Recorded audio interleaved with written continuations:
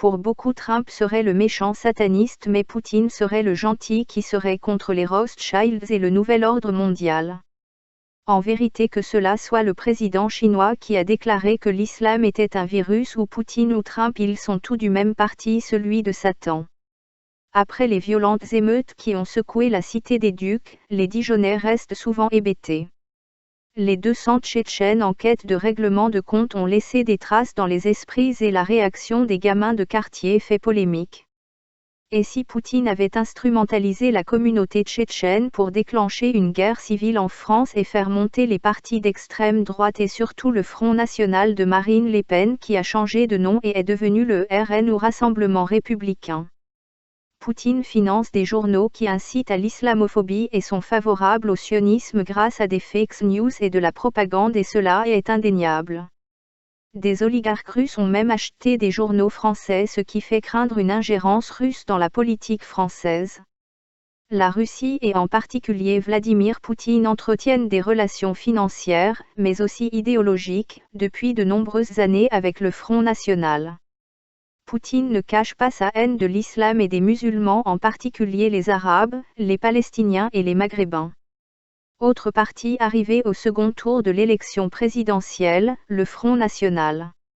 En mai 2017, Mediapart publie une enquête intitulée La vraie histoire du financement russe de Le Pen. Pourquoi existe-t-il des liens entre le Kremlin et le parti aujourd'hui présidé par Marine Le Pen?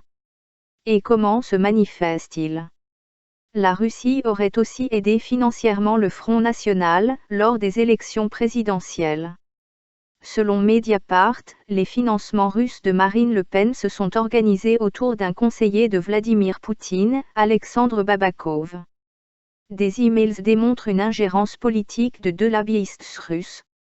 Le site ajoute, Marine Le Pen et ses proches l'ont dit et répété sur tous les tons, les banques françaises n'ont pas voulu accorder de prêt au Front National et il a bien fallu aller chercher l'argent ailleurs.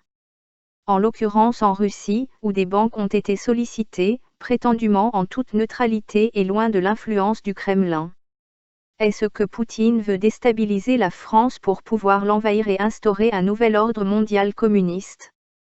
De toute évidence, les émeutes de Dijon ne sont pas dans les intérêts de la communauté maghrébine qui souffre déjà de discrimination, de la pauvreté et du confinement à cause du Covid-19.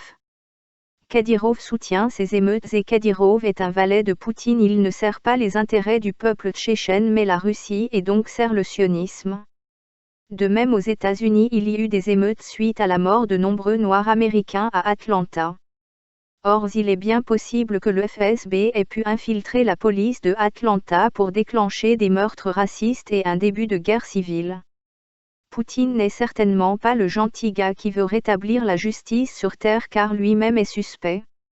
Il est étrange que Marine Le Pen milite pour interdire au Qatar de financer les entrepreneurs maghrébins mais elle accepte de l'argent de la Russie. Elle veut interdire l'ingérence du Qatar si le Qatar finance des musulmans français. Par contre, elle peut accepter l'argent des monarchies du Golfe ou de la Russie. Bref, c'est faites ce que je dis mais pas ce que je fais.